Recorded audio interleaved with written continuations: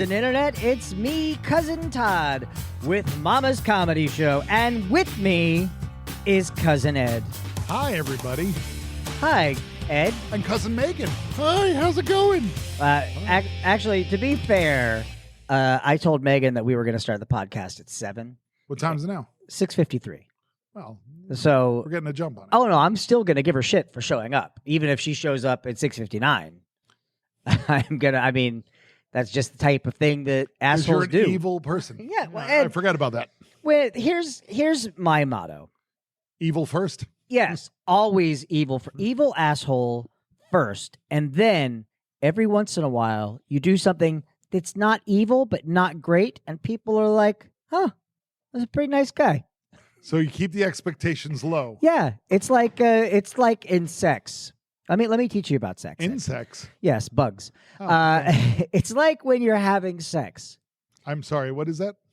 You know that thing that guy tried to do at the bus stop on you? Oh, right. Yeah. I remember that. Okay, good. Be as terrible and selfish as you can 90% of the time. And then right before she has friends over, she's going out for a girls' night, that's when you give it to her. Well, you got the plan. You got it all laid out. You got a system. Yeah, that's my system. You remind me. That reminds me of. I've been watching a lot of Always Sunny in Philadelphia. The recently. dentist system. The dentist system. Yeah. Right now, I just finished season 6, so I'm about to start season 7. So, for those of you who aren't aware, the dentist system is like the most sociopathic, like amazingly funny, but horrific thing. In order to get women to fall in love with you. So the acronym is based on his name. So D. Demonstrate value. Yeah.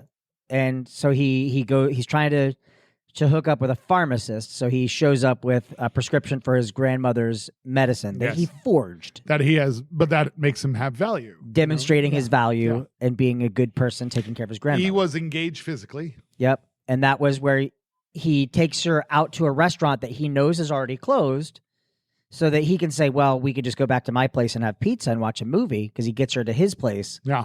And then he can hook up. And then I don't remember the rest of them. To be honest with you. DEN. N is nurture. I think that's right. Yeah. And nurture, and in nurturing, he would call with a voice changer to disguise himself as an angry, threatening neighbor. Yes, that's right. To make her afraid and rely on him. And then the second N was neglect, which is where he walks away and says, maybe that angry neighbor comes back. Maybe you're not there this time to rescue her. Maybe slash her tires. Yeah. And then I inspire hope, which is where he shows up again and says, oh, baby, I love you. The reason I left is just because I'm scared. I've never felt this way. And then you bang again. I'm using the terminology he uses. Yeah, bang. That's what they say. And it's the more meaningful bang because she feels it this time. And then there's S's separate entirely. Slink off into the night, never to call her or see her again. And then she's absolutely in love with you then. Yeah. And that's they're awful, terrible people. It is. They have a great podcast though. On their podcast, they break down all of their episodes. Yeah, I should listen to it, but I want to watch all the episodes first. But I just finished the episode where Dee had the baby for the couple. Oh, right. Yeah. So speaking of the dentist system, since you're on the dating apps, you're on the Hinge. I'm on one everything. dating app. I'm on Hinge now. What would the Ed system be? So I just have to come up with 2, E and D. Yeah. Well, or I you could do it's the bud. erectile dysfunction. It's mostly. There you go. My system. Educate. Yes. Let them know about who I am. Yep. And then discover. Discover who they are. All right. I'm sorry, that's really lame, but that makes sense. That's why we have Bud. We've got your last name to work with, because 2 letters is Dennis, a DENNI, and 6 letters. And then bring a casserole. That would be then understand why they're crying, and then deny that the casserole was actually made by you because you don't make good casseroles, and then devalue yourself so that you can seem like, it's not really a big deal. Now, I'm not very good at dating. I think I've talked about this. You're bringing casseroles to their house. I mean, what woman doesn't get soggy panties for a casserole? I know. We've been doing this podcast, the podcast that I've been on for the past 4 podcasts. Yeah. I've basically talked about how awful I am at dating. And maybe that's why you're not having so much luck right now. Right. I think that's probably it. Maybe people I'm are not like, promoting myself. Wait, right. It's like, listen, when I'm not doing herpes cream commercials. See me run for president, my campaign slogan would be like, are you sure? Really? You want to vote for me? Really? A friend of ours, I just kind of reminded myself of this when I said the herpes cream. But a friend of ours did a commercial for, I think it was a herpes medicine. For Valtrex. Was that what it was? I think I know what you're talking about. Yep. And the way that they do those commercials is they're regional. So they won't play it in your region. Yeah. And he did the commercial. It was a big paying commercial because it was a big ad. And then he moved to Los Angeles where the ad was playing regularly. And there you go. No, but the reason why I brought that up is because if you've been working with me now since 97, right? And I still won't date you. That's a while. But you know that it took me a long time to not talk myself out of work with people. Right. Like I now promote myself professionally much better than I used to. Give an example. Tell the story. Ed and I got cast in a movie. We did. Hold on. Let me say it like the kids would. Ed and I got casted in a movie. And it was like a Three Stooges style. And we're doing, like they were shooting on film. This was kind of a decent budgeted project. It ended up not happening. But we went in for our film test. Yeah. Where they put us in costuming. And they talked to us about money, and the money was decent, not super great, but for a short run, it was decent. I'm so embarrassed by this story, but it's true. And the truth is the truth. What can I say?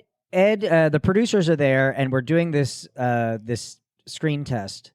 And basically, we'd already been cast. It was Ed and I and our friend Todd. This is what the kids call cringeworthy. And this is cringeworthy. Ed, as the producers are there, and they're talking to us about the overall movie and what they want to do, and Ed immediately just kind of says, "Listen, I have a number in my head, and it's this, and I don't think I could do the movie unless it's that." And the producer says, "Yeah, well, we can work it out. Like, don't worry about it. Like, we'll take care of that." And Ned was like, "I just don't want you to waste your time." And the guy says, "No, we'll figure that out." He's like, "Because I can leave now. Like I can go." Not only that, but I offered up 2 other people who I thought would be good for the role besides myself. If I was like, I know, and we were working with somebody else that we work with often, and they both knew these people. They're like, yeah, they'd be fine, but you're here, dude. Calm down. Yeah. I would constantly do stuff like that, mostly just because. I think there was a lot of pressure at home in my home situation at that time. Yeah. That leaving the house was supposed to be a money-making venture. Little did I know that her leaving the house could be whatever the fuck she wanted to do. Oh my gosh, I actually said the F word on the podcast. Gosh. I think that this is a red letter day. Let's try it again. I'll try to bleep it out. No, you're not going to bleep that. I'm going to try. You're going to amplify it. No, I'm not. I'm not touching the equipment. So it turns out that I had to justify being out of the house because of our situation with the kids and stuff like that. And it was a big deal back then. But that's not the only reason. I think there was also just a humility factor. You talked yourself out of another job before, didn't you? Like a tour? Yep. Didn't you talk yourself out of something? Yeah. It was something along the lines of they wanted me. I don't remember. That was so long ago. God, don't get old, kids. Don't get old. Your memory just fades. But I basically remember what you're talking about. But. Yeah, it was that you'd been cast. You'd been casted in a show.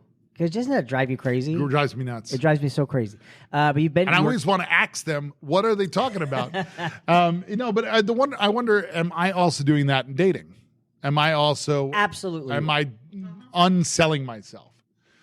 Because I'm getting no messages. I get nothing. I get no response. Let me see your first message to them. Hey, if it's not too much trouble, no. You know what? Never mind. Here, we did this last time with, I think it was Facebook dating. Yeah. But now here's my Hinge, and you can go ahead. I think the last time we talked, you got off the apps altogether. Yep, and then I just now, given up hope. 2 days ago, I went on this. Right. 2 days ago, I joined it. Granted, it's just been 2 days, but there's been no takers. A life goal of mine to see Alaska. You know, like this is a good picture of you. It's you in the tuxedo, looking off like James Bond, but it could be misconstrued as a little angry. All right, I get that. I can understand. You're a little General Zod in this picture. All right. A goal of mine to see Alaska and Hawaii. Then I will have been to all 50 states. Brag about it. Yeah. All right, you got. Yeah, okay. These ones, you look happy in this one. You're dancing in your car. This is Hinge. I've never been on this site. Yeah. Or this app. Honestly, I'm understanding mutual respect. Dating me is like finding extra money in the couch cushions because I'm unexpected and I am here and I hear. Uh-oh. I'm unexpected and I here to help you just have fun. And well, that's the thing. That just says, and I hear. Yeah, I know. I got to fix that. Maybe they think you're an idiot. That I'm illiterate. Yeah. I didn't know that. I didn't proofread. Illiterate? You mean you don't know who your father is? Yes, that's exactly what illiterate means. So there you go. I got to fix that. But yeah. No, it's not bad. Here's my advice. What picture should I have as the main picture then? If it's not the text picture, this feeding this guy a drink. Yeah, that's good because it shows off your arms. You look like you're hitting the gym. It shows that you have a sense of humor, or that you are attracted to male statues. Maybe I have the one where I'm dancing in my car as my profile. Can you do a profile video? Yeah, I think so. Why don't you have your dick in any of those pictures? Because I don't do that. I know we've already talked about this. Can you not do that? I don't think you can. No, nor would I want to. All right. If you would like to see a picture of Ed's dick, please just look up the term Todd Farron. Send a picture of yourself to the Mom's Comedy Show Facebook page, and we will have Ed reply with a photo of a dick. May not be his. And you will be greatly disappointed because Todd will be doing all of this. Anyway. So yeah, there you go. That's the boring topic that we've done 4 times already. Well, let's my lack of dating life. On from that, because tonight's also a special night in the city of Orlando. Tell me why. Because it's the opening night of Halloween Horror Nights. Ah, yes. Which is, if you're unfamiliar with Halloween Horror Nights, then I don't know to tell you. It's 31 years old. You're missing out. Yeah. It is very successful, a little too successful in my opinion. It's so crowded and busy there, but I still go. I go multiple nights. I don't go. It's just not my thing. Yeah, it's fun. I'm not a horror movie guy. I don't care for that sort of stuff. Did you put that in your Hinge app? Not a horror movie guy? No. Should I? Okay. Well, I mean, some girls are like Renette, my assistant. She is she's not into horror films at all. Yeah. And she's a makeup artist. She does a lot of makeup effects and gore effects. Well, it's like me. I mean, I teach theater, but I'm not very good at it. Yeah, you're a terrible actor. That's why I have to talk myself out of jobs. The Renette, my assistant, she has tryptophobia. Is that with the holes? Yeah, that's a fear of holes. Yeah. And she was doing makeup for a Halloween event in Hong Kong. And like this was years ago. She didn't know that she had this fear. And she had this latex appliance that was like a series of holes that she was applying to someone's face. And she put it on there, not an issue. As she's putting on the makeup and it's looking more and more realistic, she starts having a panic attack. And that's how she found out that she has it. And when she told me, I went, what? Because it's one of those things where, you're afraid of holes? Yeah. And so I looked up tryptophobia and hit image search. And then I was like this? And I showed her my phone. And she did not like it. You're a terrible husband. She did not like it. Does she like the movie with Shia LaBeouf? movie the movie Holes? Holes? No, I don't You know. got to go and dig those holes. But I was in Vienna doing a job out there. Why don't you realize And Vienna waits for you? We were I have a in song for everything, apparently. We were in a bar, and it was closing time. Closing There you time. go. Oh, God, I set you up. Yeah, that's actually about the birth of his niece. Yeah. Anyway, moving on. But we were a bunch of guys were there, and we were all talking about our assistants, and A bunch of guys talking about our assistants. and I mentioned the thing that Renette had tryptophobia, and they're like, "What is that?" So I did Google image search, and I went, "This." One of the guys in the group immediately recoiled and went, "I have that. I have that. I didn't realize it. I have it." Wow. I guess it's pretty common. I guess the fear stems from you don't know what's in the hole.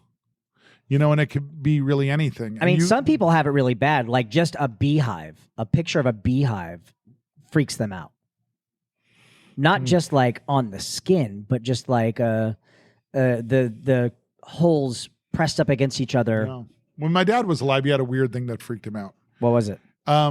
If you took a straw wrapper or any piece of paper and it was stuck to your lip or someone was on your lip, the paper being stuck on somebody's lip would like wig him out. And then like he would like, "Ugh!" no, he'd be like, run away. He'd be like, you have to get the there's paper on, I can't, like he would freak out. And then even worse, if you didn't realize it, and as you were talking, like the paper would move. It would happen really, really rarely. Yeah. But if it doesn't seem like a common thing. No, but if it did happen, he would like announce it. Right. He would get all weird about it. I was like, okay. Do you have like a fear that you think is irrational or? Honestly, I have talked to my therapist about this often. After, and this is once again me getting deep and depressing on a comedy podcast. Yep. I'll laugh when you say it. Oh, thank you. When I got separated and divorced and all that type of stuff, yeah. And I went through an incredibly dark time. I came to realize that I lost all my fear. Oh. I used to be afraid of heights. I'm no longer afraid of heights. I used to have a thing about rats. I'm no longer afraid of rats. Basically, there was this overwhelming apathy about life in general that kind of hit me. And the benefit about that apathy and that really sort of pessimistic worldview was that if I die, I die. It's called nihilism. Yeah, I'm completely a nihilist. Yeah. I've given in to nihilism a long time ago. So the only reason I'm not a nihilist is because the only reason why I might not be a nihilist, but I believe in every other way I am, is because I really have hope and dreams for my kids' futures. Right. But I have no more hopes or dreams for my future. I think you can still consider yourself a nihilist and want good things for people you care about. There you go. That's me. And Renette and I have talked about... And that's why I'm not dating, because people go, why would I want to date that? No, I'm with you. I feel like I find comfort in the fact that there's no meaning in everything. Like in the fact that in a billion years, or not even a billion years, 100 years from now. No. We're not going to be here. Yeah. Like your kids will probably not be here unless there's a major breakthrough in science. Yeah, science, right. What's the point of us? The world's going to keep spinning. Right. And then people go, well, it's just love and serve, whatever deity they want. But I don't have that. Right. I mean, my religious stuff is at best agnostic, where I go, I don't know. I don't know anymore that there is something that there isn't something. I got me. So there's nothing that I'm banking on for, well, after you die, there's going to be this beautiful place. No, not necessarily. I got no proof of that anymore than I have proof that that's not there. So there's really nothing. Everything's for nothing, really. It's just kind of a weird happenstance of fungus that grew on a rock that happened to be the right distance from their heat source. But 3 of those little funguses matter more to me than I do. Right. And that's 100% true. I mean, without getting super dark, there was places where I was thinking about taking myself out. Oh, well, yeah, don't do that. No. That doesn't even enter my brain anymore. But when I was thinking about that, the only thing that kept me was somebody told me a long time ago that when people do that, they don't get rid of their pain. They just give their pain to somebody else. Yeah. And I know exactly the 3 people I'd be giving my pain to. And I'm like, that ain't happening. I'm not giving this pain to those kids. Yeah. So the only reason I'm still here on this planet is because of those 3 kids. Right. And now I'm here for other reasons. My whole outlook has changed. Yeah. I mean, the nihilism is not such a bad thing, really. No, I think once you embrace nihilism, it's freeing because you don't have that fear. So speaking of, this was probably a year ago, maybe more than a year ago. Couldn't sleep and I was laying in bed, and sometimes I'll just write down thoughts. Yeah. So this was like probably the most, I guess, poetic that my nihilism has gotten. And it was, I wrote a little poem. Oh, I'd love to hear it. A man stood at the edge of infinity and looks out over its star-filled glory. I've lived a good life, the man said to the universe, to which the universe replied, I don't care. I've made thousands of friends, the man beamed, to which the universe replied, I don't care. I've accomplished so much, the man said gleefully, to which the universe replied, I don't care. I worked so hard to amass a fortune, the man bragged, to which the universe replied, I don't care. I was the most important man to so many people, the man boasted, to which the universe replied, I don't care. It looks like I'm going to die soon, the man said, to which the universe replied, I don't care. People are going to miss me, the man added, to which the universe replied, I don't care. But I'm important to so many, the man screamed, protesting the universe's cold indifference. But before the man could finish his objection, the universe blinked. And in that single speck of time, during that exceedingly short blink of the universe's eyes, the man died. Everyone who had ever loved him died. The objects he amassed dissolved to dust and ash. The accomplishments he made had long since been forgotten. And in the final millisecond of the universe's cosmic blink, the man's entire solar system of 100,000 million stars faded, died, and spun out into infinite blackness. Anything that might have had any connection to the man's entire species, planet, solar system, and galaxy was now gone. To which the universe replied, I don't care. Yeah, I remember when you posted that.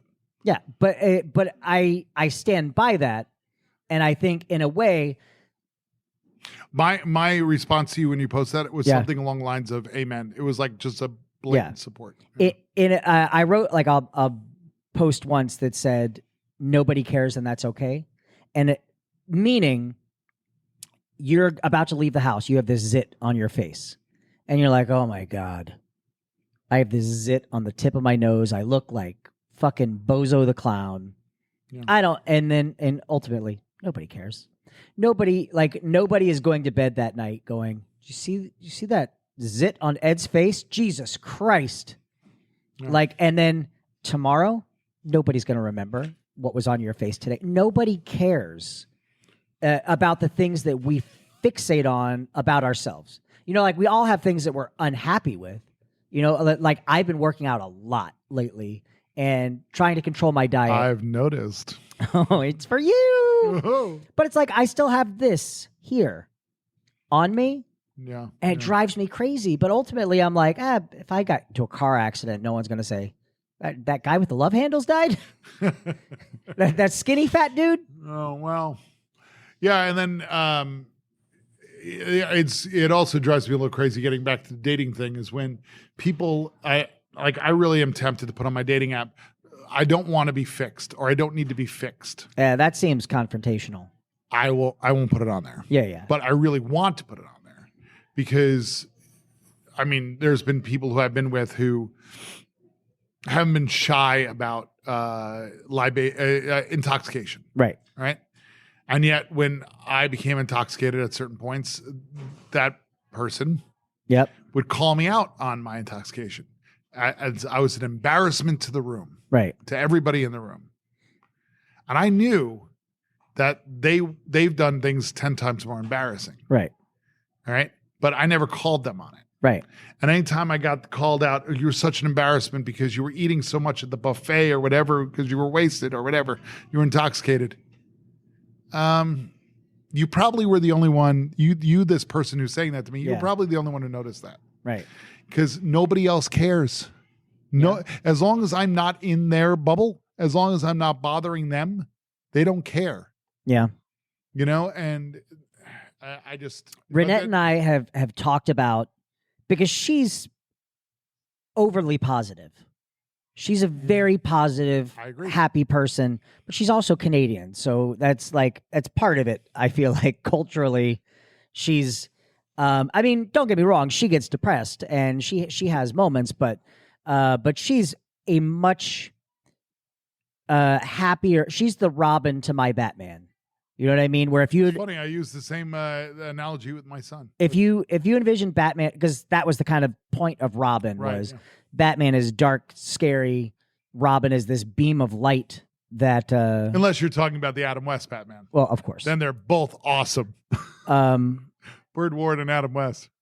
But we've talked about doing a podcast, the two of us, her and I, where we pick a third party, like a person would come in and we discuss like a specific topic, like this is what's happening in the world right now, or this is something that's happening in this person's life. And I take the nihilistic approach and Renette takes the positive approach.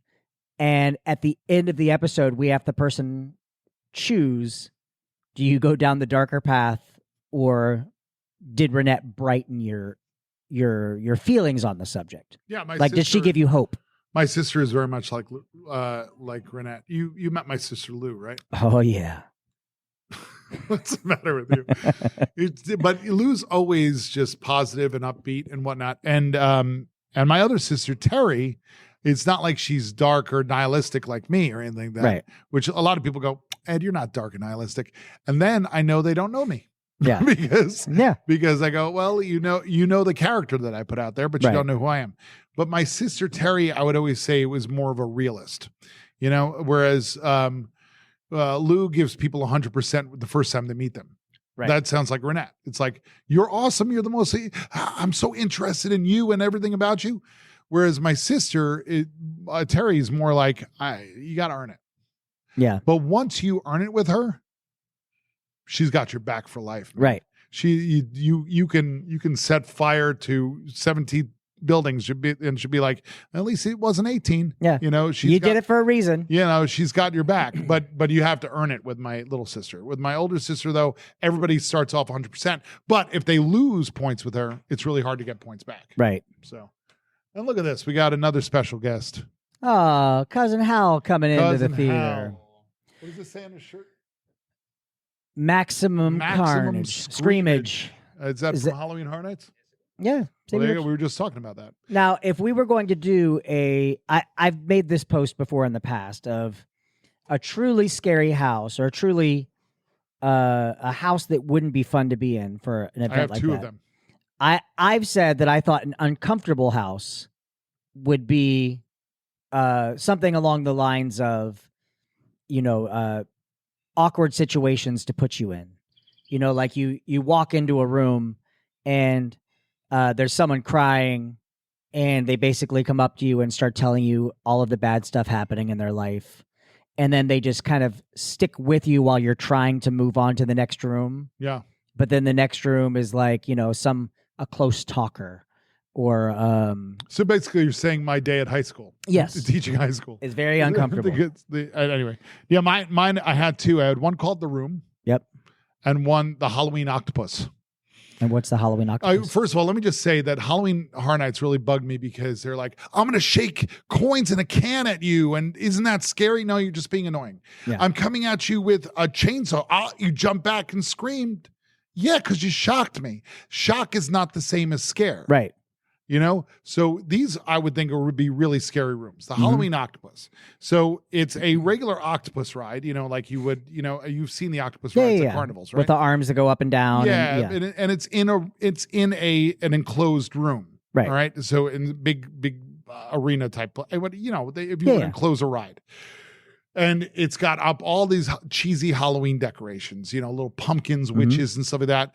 And it's just playing the happy Halloween, Silver Shamrock. And it's playing all that as going around and whatnot. And you just see like really cheesy effects. And then suddenly the the ride starts to speed up really fast, and the music cuts out. The ride's going really, really fast. Suddenly, the car in front of you, or one of the cars you see, it starts to wobble and it falls off, and one of the cars goes tumbling to the ground, and what you don't know is that there's mannequins in it, and the mannequins get splayed about, and you hear screams from down there. Then all of a sudden the emergency lights come on in the ride, and you have a whole bunch of employees from the park trying to, with these flashlights, trying to look for a place to shut off the ride. And that's scary. Yeah. That's not, I have a fake chainsaw, I'm coming at you, and then, the ride ends. Yeah. And that's it, But I'm not interested in Halloween Horror Nights because I don't want somebody, look at me, I'm so scary. You're not scary. I get it. I understand what you're trying to do. Right. But I'm not going to fall for that. Now, that octopus thing, if I think I'm going to die on a ride, yeah, that's scary. My other one is The Room. Okay. The Room, you go in, you can only go in one at a time. So it's not practical. I'm completely aware that this one's not practical. Right? You only go in one at a time. You go in the room and it's all white, and behind you, and there's a white chair, and you get patted down. You don't have any markers or anything on you or whatever. There's a white chair. There's a white table, white walls, no windows. Behind you is a door that shuts, but you can't tell where the door is in the wall, where the door is, because it blends in. There's a book on this little table. It's a white book. You open it up. It's just white pages, and you're just there, and there's really bright light. Yep. And you're just like, what the fuck is, the second time I did this on the podcast, I said the F-bomb again. Beep. Sorry. I got it. What is this? So what are you going to do? Right? You're going to call out. Something's wrong. There's something supposed to happen. So you yell out, hey, or whatever you're going to yell out to try to get someone's attention. But every time you open your mouth and say anything, there's somebody on a button, and they blast just this loud and drown out your voice. And we just leave you there. 20 minutes, maybe a half an hour, maybe 10 minutes, maybe an hour. You never know when you're getting out. You would have some asshole who knows about it and is like, no one else is doing this house tonight. That's exactly why it's not practical. Right. Because it would work for two people. And then the secret's out and it's over. I think, but that's really scary, right? And it doesn't have to be dark. It could be incredibly operating room white, and it'll really bright in there, and it could still be scary. I told you my idea for the house that would get shut down immediately, and the idea is where because I agree with what you're saying. Like, it's not what you're doing is not scaring us. You're shocking us or surprising us. Yeah. But my idea was you go into this haunted house, and it's a basic haunted house, nothing outlandish. You get through like pumpkin spice latte. It's basic. You get through 2 or 3 rooms, and then there's one room where they just stop you, and you see a police officer standing there, and he's got a flashlight, and they close the door, and all of the effects shut off. There's like a work light that comes on, and the cop just says, "Just stay here, folks. We everything's fine." And he looks like an Orange County police officer. Looks like an actual police officer. Just says, don't worry, folks, we're going to stay here. You have a plant in each group because you're being pulsed. And after like a couple seconds, 30 seconds to a minute, you got to keep this thing moving. But after 30 seconds to a minute, your plant, who just appears as though he's one of the other guests going on through the house, just says to the cop, like, what's going on? And the cop just very casually just goes, we have some joker in here. He's like poking people with needles, and we just want to make sure we get him out of here. And then you have your plant like, Jesus, like, I hope he's not like giving people AIDS or something. You just plant that seed, and then all of a sudden the lights go out. You hear a door open and close. Your plant goes, ow, he's poking me. The cop just starts firing his gun, just blanks. So you're getting this strobe light of his gun. People can die from blanks, yes. Right? Okay. And no, he's not firing like at people. He fly like into the air. Like, I'm just saying. Like, yeehaw. I'm just throwing that out there. But he just turns to the people in the audience and goes, run! A door opens up, and you're being chased now through the rest of the house.